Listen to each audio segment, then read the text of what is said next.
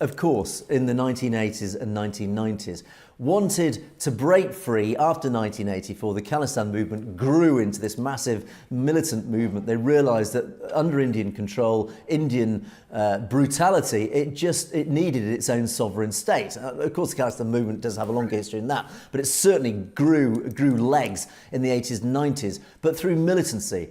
But it realised, and after a brutal, terrible genocide, let's call them for what they are, that the movement was brutalised into submission. And it realised that militancy was just not going to win the day.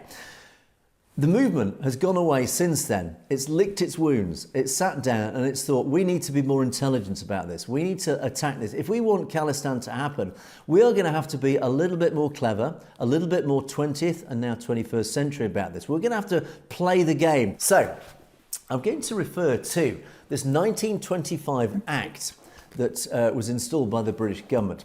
The Sikh Gurdwaras Act of 1925 was introduced to transfer control of Gurdwaras from hereditary Mahants, they were the religious leaders, to community management under the Shiromani Gurdwara Parbandhak Committee, the SGPC. So this 1925 Act, again, created the SGPC, and at the time, it democratised. It gave the power of control of the Gurdwaras to the people, away to some degree from the hereditary Mahants to the people. So it was a democratic move.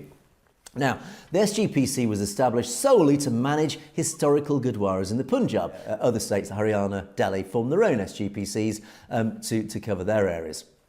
So the Act provided democratic oversight for Gurdwara. A crucial question remains, does this Act extend to the Akal Takht? Again, why is this important? So, unlike a Gurdwara, the Akal Takht is the highest Sikh authority, as we've talked about. It does make decisions for the Panth. It issues hukam namas across the diaspora. It affects the global Sikh community. It was established by Guru Hargobind in 1606. And it has historically functioned independently of any governing body. That's important.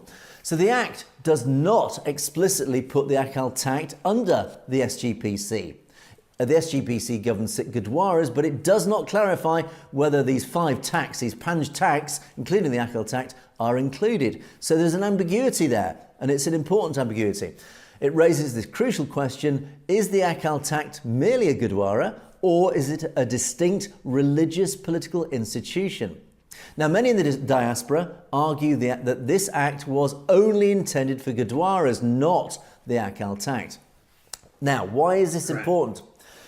Because the Sikh community and the Khalistan movement want to regain and reclaim Sikh sovereignty,